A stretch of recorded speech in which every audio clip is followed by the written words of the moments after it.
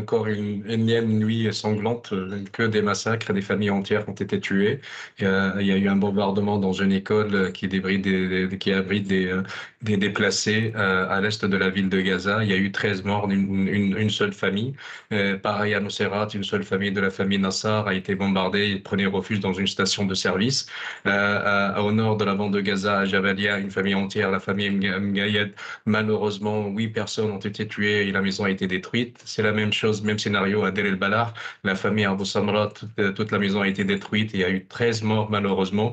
Un bombardement qui continue à l'est de la ville de Gaza, ce qu'on appelle nous une ceinture de feu. C'est plusieurs bombardements dans une ligne soit circulaire, soit rectangulaire. Et malheureusement, que des victimes et des bombardements. Ce matin, on s'est réveillé encore avec des trains qui ont été lancés à l'est de la ville de Khan Younes, à Abassan, et Khuzaa, justement pour l'évacuation, parce qu'ils ont vu qu'il y a beaucoup de gens qui ne voulaient pas évacuer, et ils en ont marre d'évacuer pour la énième fois, et surtout le déplacement tous les jours, avec peu de moyens, avec pas un endroit où y aller. Ils ont signalé sur le tract qu'il faut aller vers le Mawassi. D'habitude, ils utilisent à côté de le mot Mawassi, ils disent humanitaire, ou la zone humanitaire de Mawassi. Aujourd'hui, ils ont utilisé juste le seul mot Al-Mawassi, c'est-à-dire il n'y a plus de zone de sécurité ou bien humanitaire, justement parce que Al-Mawassi, ça s'est pas arrêté depuis presque 20 jours d'être bombardé. Et dans cette zone-là, c'est que des tentes parce que c'était une zone vague qui est maintenant c'est habité par des déplacés, que des tentes, que des bâches. Et malheureusement, c'est bombardé presque tous les jours. Donc la nuit a été très très très dure et le son a coulé presque 24 heures.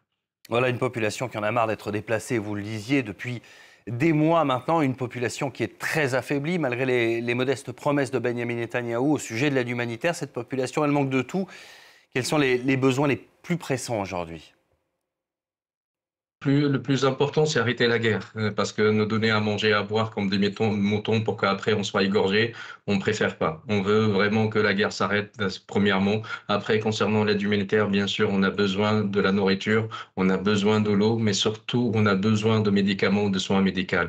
Malheureusement, depuis le 2 mars, 70 jours jusqu'à présent, il n'y a aucune aide humanitaire qui est passée, et surtout pas d'aide de santé, ni médicaments, ni des matériels médicaux.